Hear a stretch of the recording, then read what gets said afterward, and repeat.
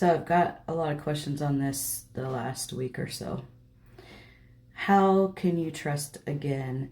How can you continue to be the kind, loving person you are and put yourself out there after you've been in an abusive relationship? Maybe it was a toxic friendship. Maybe you were in a relationship with somebody who's very narcissistic and toxic, a taker. Um, here's the thing. I tell my clients I can teach you everything about all the red flags of a toxic person, all the green flags of a healthy person. But here's the real trick. You keep on being you. Don't let them break you or change you.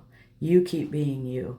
Keep being the beautiful, loving, generous, wonderful person that you are. And you set a new boundary. It's called one strike and you're out.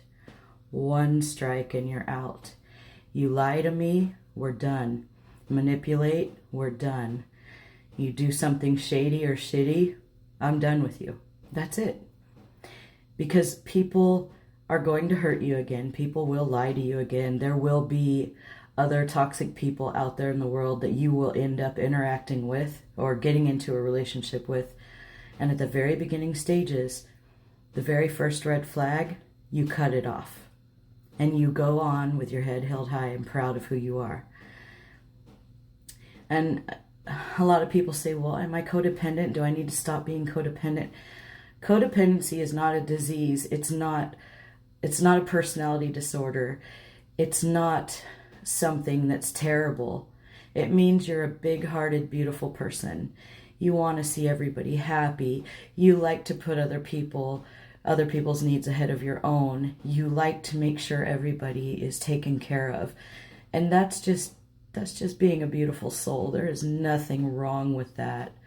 It's about finding balance, making sure that you take care of you first so that you are completely whole. Because otherwise you're really not much use for other people. If you're worn too thin, if you're too tired, if you're burnt out, you're not going to do much good for others. But if your self-care is on point, your boundaries are on point, and when you do something for somebody else, you're doing it out of the kindness of your heart. You're not saying no to yourself and taking something away from you to give them what they need.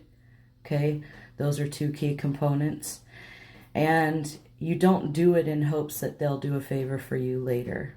It's not like putting something into a savings account that you can withdraw later. This is freely giving of yourself. It's not a manipulation. It's not passive aggressive. It's just, hey, I love you and I want you to be happy. So I'm happy to do this for you. And if you can't do it, then you just say no. But you can continue to be yourself. You can continue to interact with other people and put yourself out there.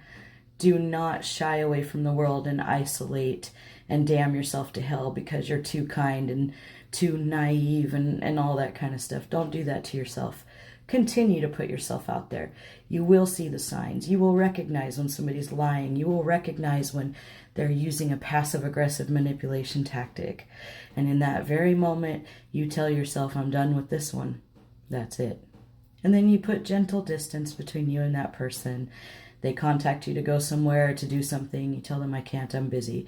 And you decline all of their invitations until finally they say, she's lame, he's lame, I give up. That's it.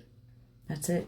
You don't have to tell them, oh, you lied to me, I don't like you anymore. You don't even have to involve them in the process. You owe nobody anything. You don't owe anybody jack shit, okay?